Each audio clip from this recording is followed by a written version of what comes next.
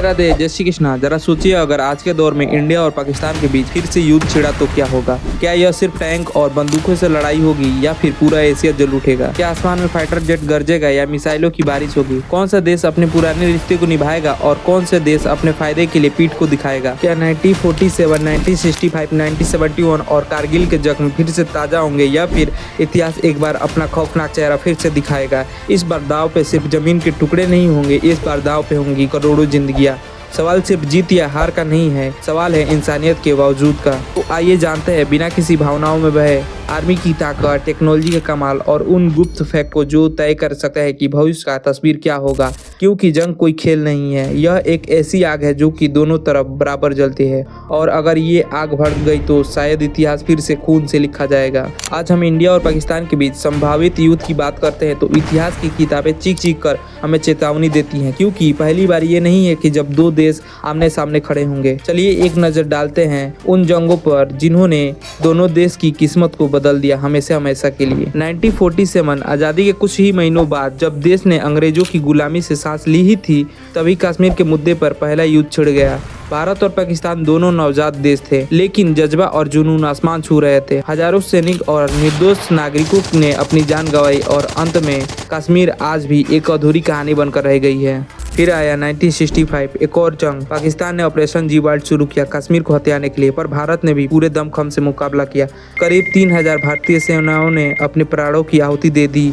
वहीं पाकिस्तान ने 3500 से ज्यादा सैनिक खोए। आखिर में कोई बड़ा फायदा नहीं हुआ, लेकिन हजारों माताओं की गोद सुनी हो गई। 1971, एक युद्ध जिसने न केवल इतिहास बनाया बल्कि एक नए देश को भी जन्म दिया, बांग्लादेश। पूर्वी पाकिस्तान में हो रहे अत्याचार के खिलाफ भारत ने मानवता का साथ दिया। इस युद्ध में पाकिस्तान के करीब 90,000 सैनिकों ने भारत के सामने आत्मसमर्पण किया था। यह विश्व के सबसे बड़े आत्मसमर्पण में से एक है, लेकिन ऐसे ऐतिहासिक जीत की कीमत भी भारी होती है। हजारों भारतीय सैनिक ने अपने प्राण को न्यौछावर कर दिया। यह युद्ध दिखाता है कि कभी कभी जंग सिर्फ सीमाओं पर नहीं बल्कि इंसानियत के लिए भी लड़ी जाती है। 1999 कारगिल युद्ध। पाकिस्तान सेना और घुसपैठियों ने कारगिल की ऊंचे पहाड़ियों पर कब्जा कर लिया था, लेकिन भारत के जवानों ने विषम परिस्थितियों में भी वो कर दिखाया जिसे करना नामुमकिन था। ऑपरेशन विजय के तहत भारत ने हर पोस्ट को वापस लिया। इस युद्ध में सैकड़ों जवानों ने अपनी जान की कुर्बानी दी थी। वे ऐसे मोर्चे पे खड़े थे जहाँ हर कदम पे लड़ाई थी मौत से। कारगिल ने दुनिया को दिखाया भारत न सिर्फ धरती के लिए लड़ता है बल्कि अपने वीरों की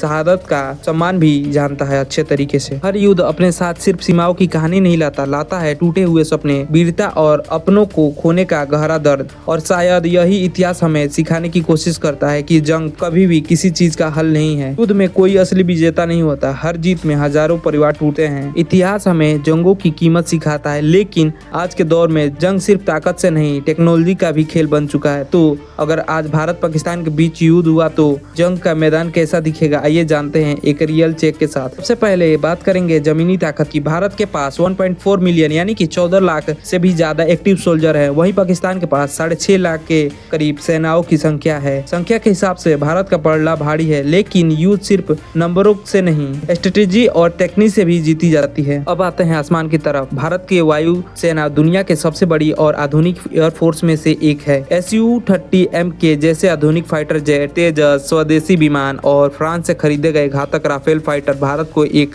जबरदस्त सुपर पावर बनाते हैं। पाकिस्तान के पास भी F-60 जैसे एडवांस फाइटर जेट हैं और चाइना के साथ मिलकर बनाए गए JF-17 थंडर भी। लेकिन संख्याओं और टेक्नोलॉजी के मामले में भारत ने एक और सफलता और हासिल किए बैठा है। अब अगर नजर डाले समुद्रों पर तो भारतीय नेवी दुनिया की 8वीं सबसे बड़ी नेवी है, जिसमें एयरक्राफ्ट कैरियर INS विक्रमादित्य और स्वदेशी INS विक्रांता जैसे जलयान शामिल है। पाकिस्तान की नेवी भारत के मुकाबले काफी छोटी है और डिफेंसिव रणनीति पर ज्यादा निर्भर करती है। इस सिस्टम की बात करें तो भारत के पास अग्नि 5 जैसे इंटरनेशनल ब्लैक स्टील मिसाइल जैसे कि जिसकी रेंज 5000 से भी ज्यादा है।